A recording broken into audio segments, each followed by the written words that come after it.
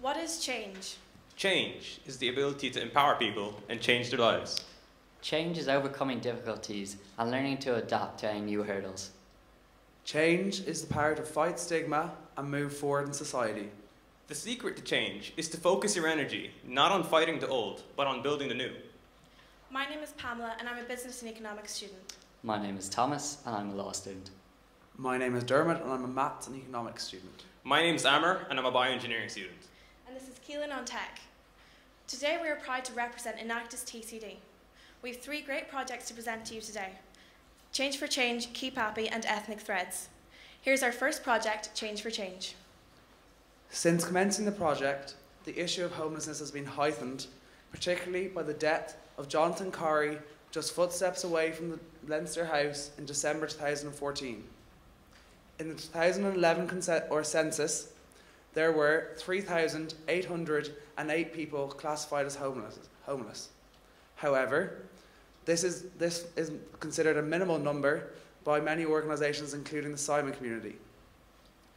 In 2014, the Dún Laoghaire Regional Homelessness Executive found that 4,976 people were utilising emergency accommodation.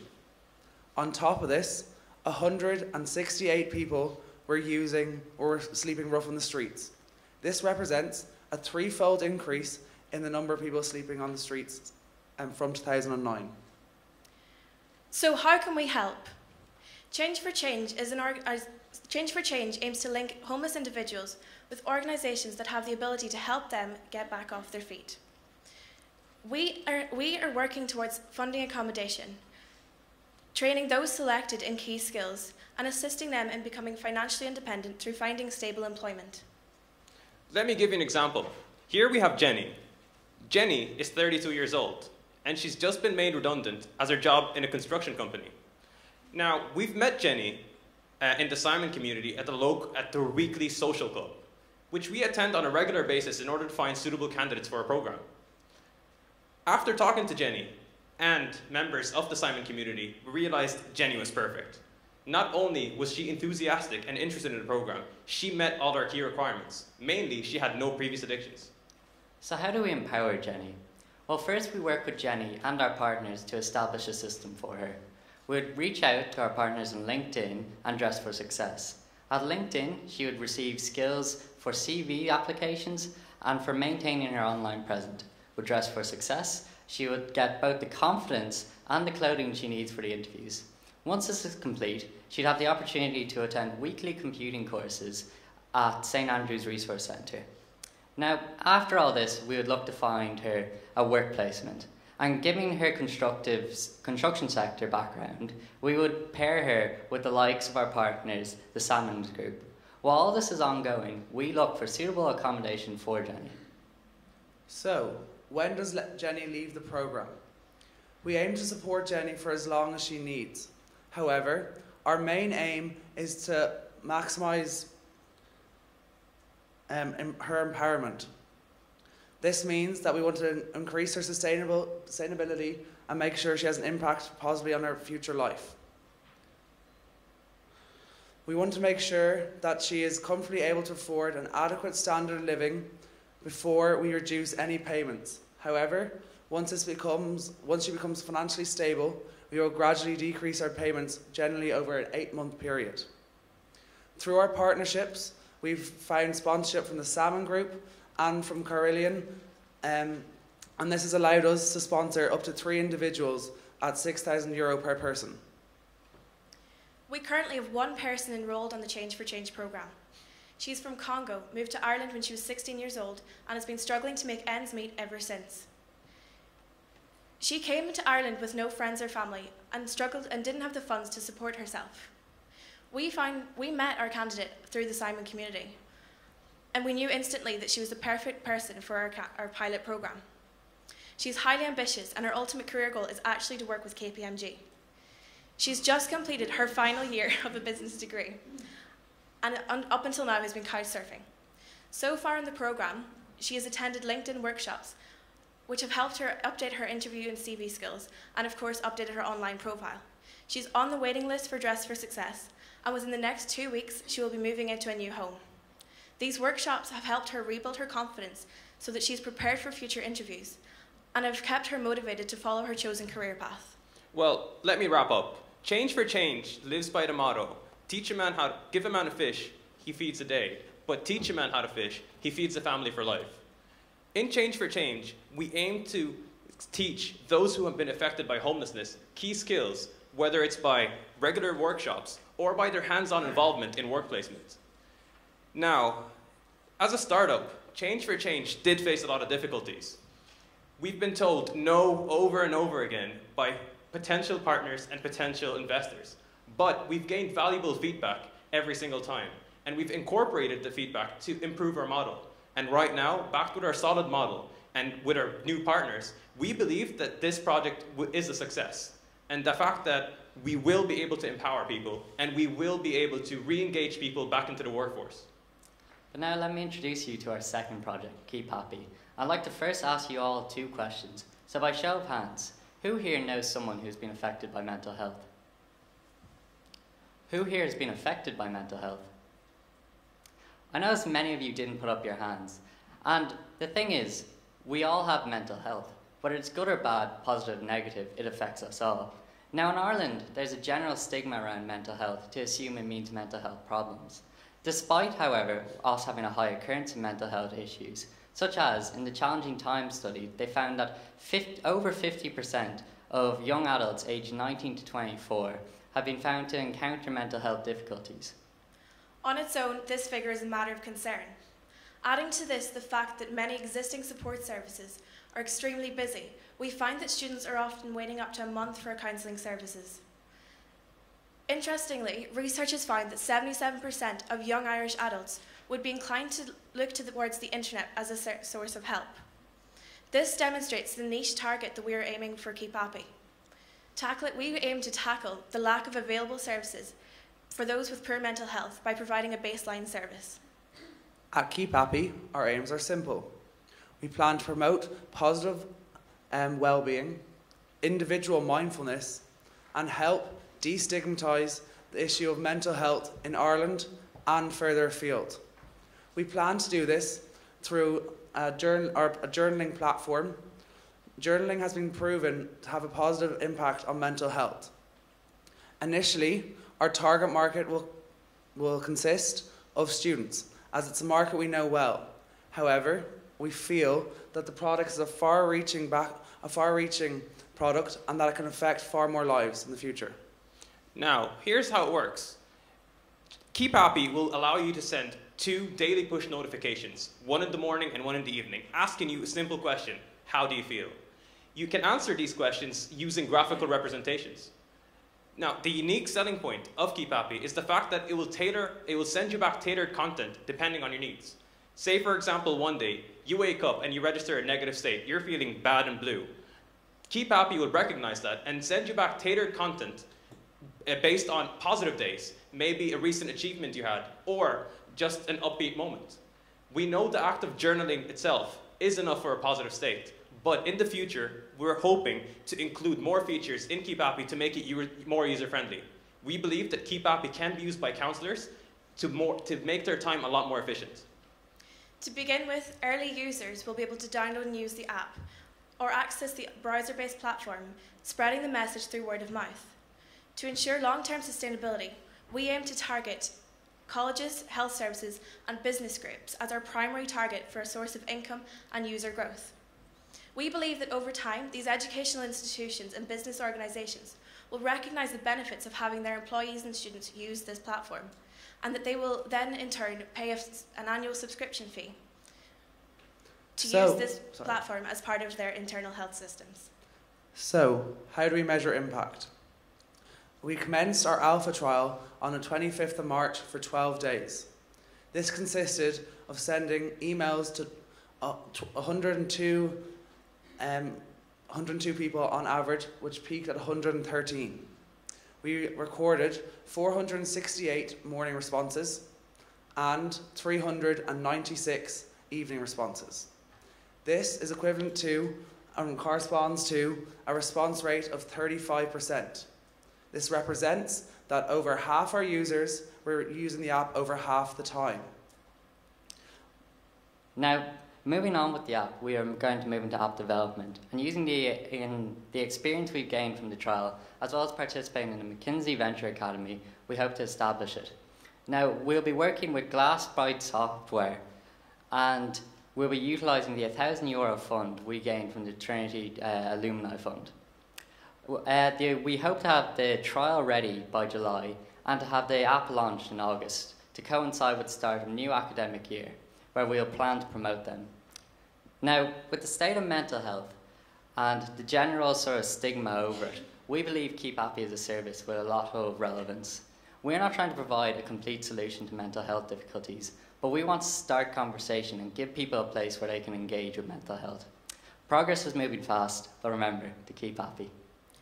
Our final project today is Ethnic Threads, a social entrepreneurial organisation that seeks to address the difficult questions of the fashion industry and aims to give ethical fashion a serious rebranding. Specialising in the buying and selling of ethically produced clothing, Ethnic Threads provides the women who are involved in the production of these garments in Malawi a sustainable source of income they would otherwise struggle to find, making them the breadwinners for their families.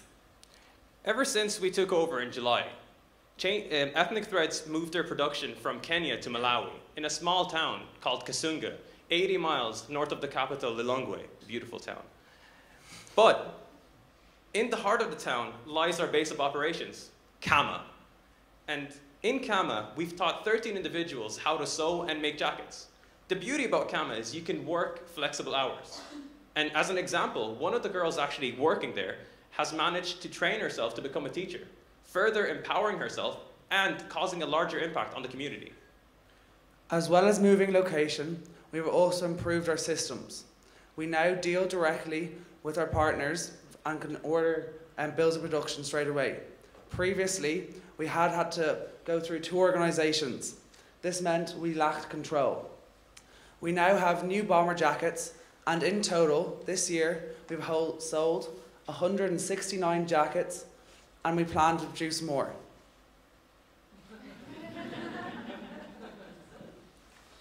The business protocols that we put in place have been standardly put together by the Ethnic Threads team.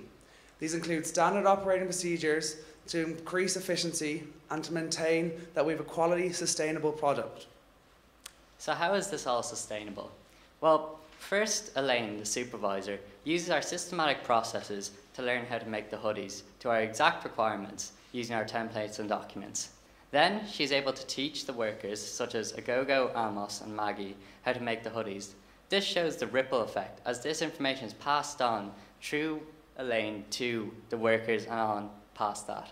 Now, Kama, our operation partner, has begun using these processes to start producing all the hoodies and the goods for our orders. Now, here's how it works. It's quite simple. We send Maggie the orders, and then Maggie goes off to the market to buy the materials, which is 100% Malawian cotton kitenge. Now, the beauty about this is it's all done through WhatsApp. So they send us pictures to the ethnic team members over here in Ireland of different materials and designs. We then choose the material that we want, and she buys it on the spot. The thing is, this has to be done very effectively and efficiently. But bear in mind, this occurs at 6 a.m. in the morning Irish time, which isn't the best time to wake up and send in. Production commences using the standard operating procedures and then utilising the skills that we've taught our partners. This means that once the product is completed, it is shipped to Ireland, where we put it on the Irish market, primarily for Irish university students and young professionals. We then reinvest all the profits, increasing our order size, which leads to growth and sustainability.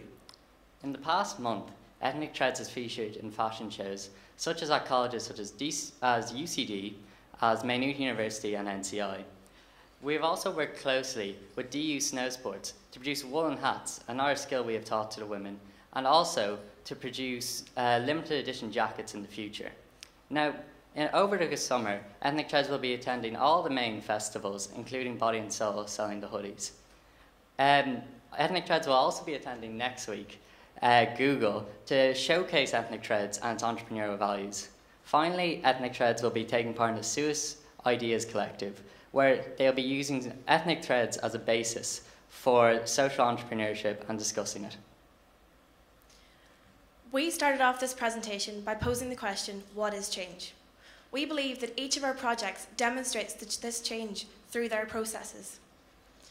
This has been a very successful year for Enactus TCD. We've had some very successful projects, gained some very good results, and we're hoping to continue to grow next year. We've impacted a lot of people along the way. We've overcome a lot of problems, and each time we've managed to grow as a people and as teams. Thank you for listening to our presentation. We will answer any questions you have.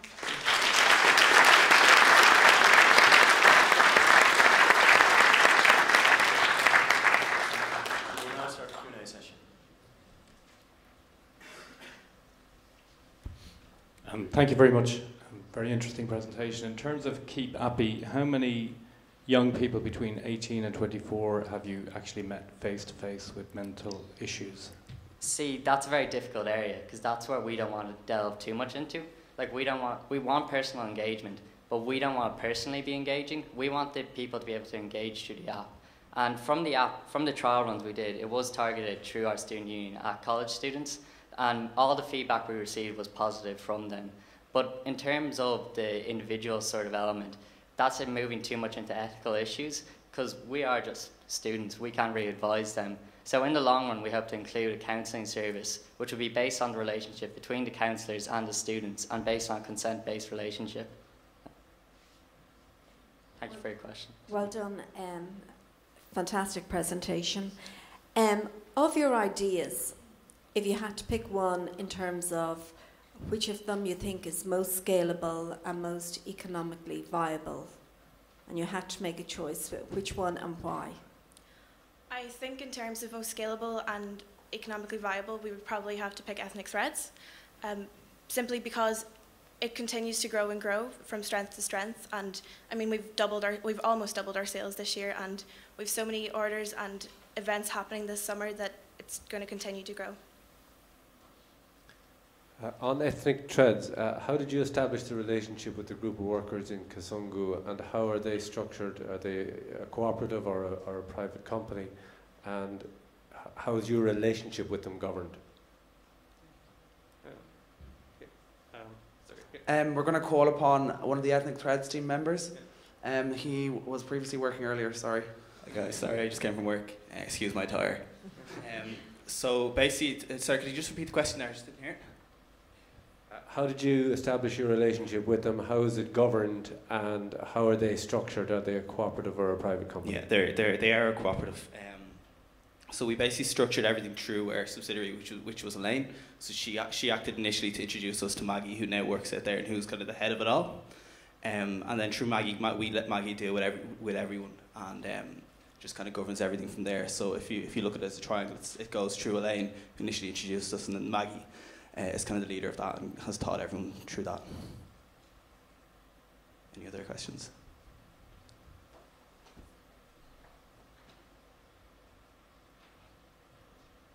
Thank you again. Clearly, with 3 projects, it's hard for you to keep your mind on all when we keep chopping and changing, but I want to come back to Keep Happy. So who drafts the responses, or on what basis is there a feeling that there is expertise, I guess, to deal with potentially worrying messages that might come through that? Well, for the sort of potential worrying messages, initially, we can't really do anything about that because that'll be us accessing their personal data. But over time, that's where we want to build in the counselling service, that a student would approach a counselling service and the counselling service would recommend to them, try using Keep Happy, we can monitor your responses there. And it'd be based on that relationship, so that's how they'd get the professional advice.